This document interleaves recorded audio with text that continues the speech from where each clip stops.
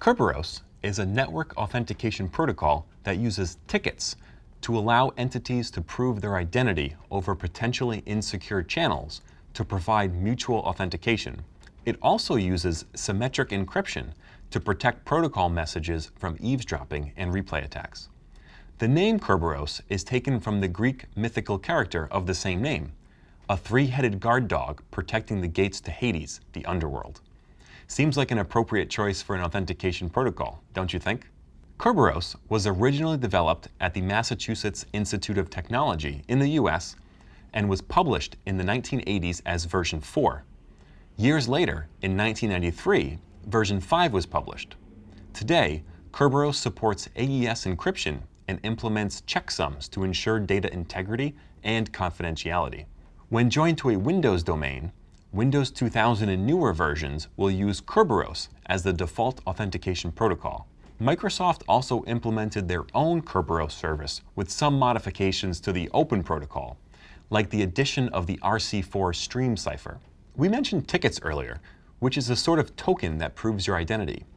They can be used for authenticating to services protected using Kerberos, or in other words, are within the Kerberos realm.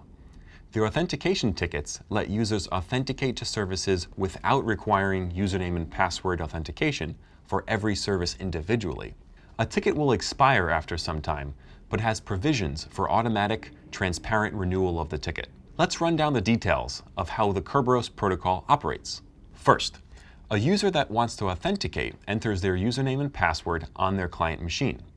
Their Kerberos client software will then take the password and generate a symmetric encryption key from it. Next, the client sends a plain text message to the Kerberos AS, or authentication server, which includes the user ID of the authenticating user. The password or secret key derived from the password aren't transmitted. The AS uses the user ID to check if there's an account in the authentication database, like an Active Directory server. If so, the AS will generate the secret key using the hashed password stored in the Key Distribution Center server.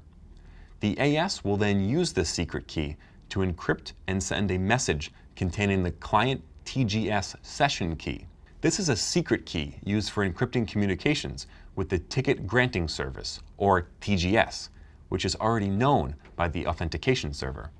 The AS also sends a second message with a Ticket Granting Ticket, or TGT, which is encrypted using the TGS secret key. The Ticket Granting Ticket has information like the client ID, ticket validity period, and the client Ticket Granting Service session key. So the first message can be decrypted using the shared secret key derived from the user password. It then provides the secret key that can decrypt the second message, giving the client a valid ticket granting ticket. Now, the client has enough information to authenticate with the ticket granting server. Since the client has authenticated and received a valid ticket granting ticket, it can use the ticket granting ticket to request access to services from within the Kerberos realm. This is done by sending a message to the ticket granting service with the encrypted ticket granting ticket received from the AS earlier, along with the service name or ID the client is requesting access to.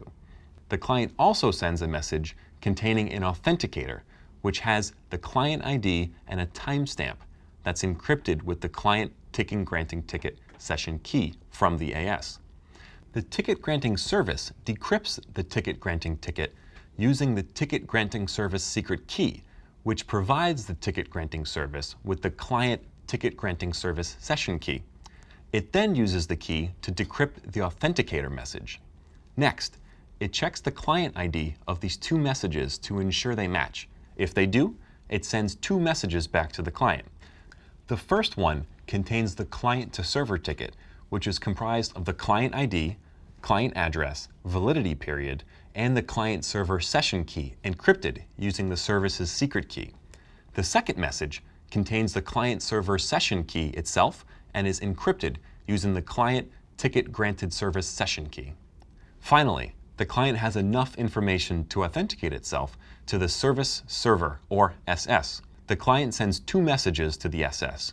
The first message is the encrypted client to server ticket received from the ticket granting service.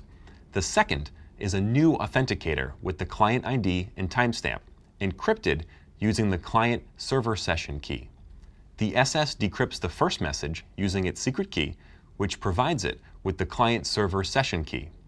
The key is then used to decrypt the second message, and it compares the client ID in the authenticator to the one included in the client to server ticket. If these IDs match, then the SS sends a message containing the timestamp from the client-supplied authenticator, encrypted using the client server session key. The client then decrypts this message and checks that the timestamp is correct, authenticating the server. If this all succeeds, then the server grants access to the requested service on the client. Wow, okay, are you with me? I know, that was a lot. Kerberos has received some criticism because it's a single monolithic service. This creates a single point of failure danger. If the Kerberos service goes down, new users won't be able to authenticate and log in. Aside from availability issues, if the central Kerberos server is compromised, the attacker would be able to impersonate any user by generating valid Kerberos tickets for their user account. Kerberos enforces strict time requirements, requiring the client and server clocks to be relatively closely synchronized. Otherwise, authentication will fail. This is usually accomplished by using NTP to keep both parties synchronized using an NTP server.